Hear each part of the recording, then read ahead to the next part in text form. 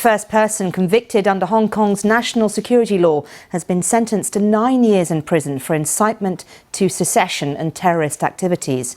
24-year-old Tong Ying-kit was convicted earlier this week after driving his motorcycle into 3 riot police in July last year, injuring them.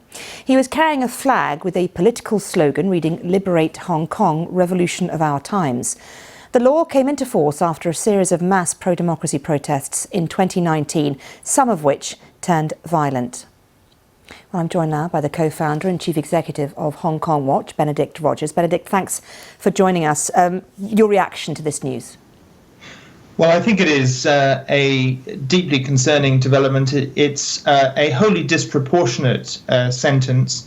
And the particular reference to the flag that he was carrying really represents a further assault on freedom of expression. Of course, no one condones the act of driving the motorbike into the police, but the citing of that phrase on that flag represents a further undermining of freedom of expression. And of course, this case obviously sets a precedent, doesn't it, in terms of other democracy activists in the future. How worried are you about that? Extremely worried. And as you say, this is the first case. It does set a precedent.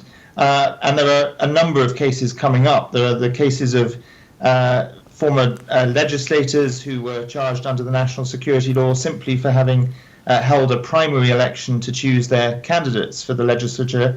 There's, of course, the case of the media tycoon Jimmy Lai, and those are cases to watch very closely after today. What do you think is next then for the democratic movement, given what's been happening with these cases and the precedent set with this one? Well, essentially, the pro-democracy movement has been driven out of almost every arena in Hong Kong. It's been driven off the streets because protests can't happen. It's been driven out of the legislature. It's been driven out of the media with the closure of the pro-democracy newspaper Apple Daily. There's pressure on the judiciary, academia. So really, the pro-democracy movement has very little space to go. I mean, they may find ways to be subtle and creative in sustaining the movement.